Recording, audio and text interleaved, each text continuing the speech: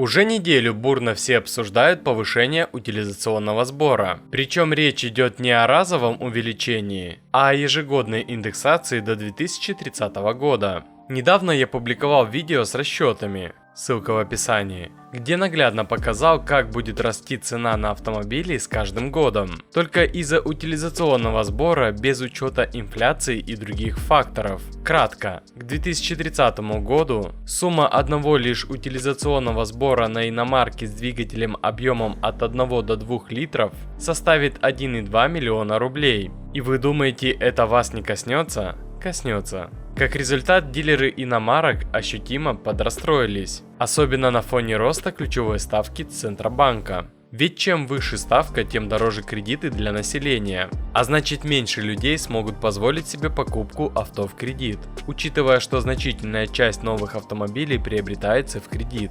Дилеры ожидают падения продаж. В то же время у АвтоВАЗа настроение совершенно другое. На заводе одобрили меры правительства. И это неудивительно, ведь именно волжский гигант активно выступал за повышение утилизационного сбора. Почему? Ответ лежит на поверхности. Чем дороже станут иномарки, тем больше россиян выберут продукцию Лады. АвтоВАЗ уже доминирует на рынке, китайские марки даже близко не могут приблизиться к его объемам продаж. Например, в прошлом году АвтоВАЗ продал 324 500 автомобилей, а ближайший конкурент Chery всего 120 тысяч. Возникает вопрос, зачем АвтоВАЗу было так необходимо поднять утилизационный сбор, если он и так лидер? Здесь можно выделить несколько мотивов. Мотив номер один – технологии. После ухода французов и других европейских поставщиков, АвтоВАЗ оказался в сложной ситуации. Выпускались машины без АБС, ESP и других систем, потому что их производство зависело от иностранных компонентов. Даже краски для Гранты были американскими и славянскими. Модель Веста тоже разрабатывалась с участием канадской компании Magna, а затем дорабатывалась Renault и Nissan. Сейчас АвтоВАЗу приходится искать новые технологии, и Китай стал одним из основных поставщиков.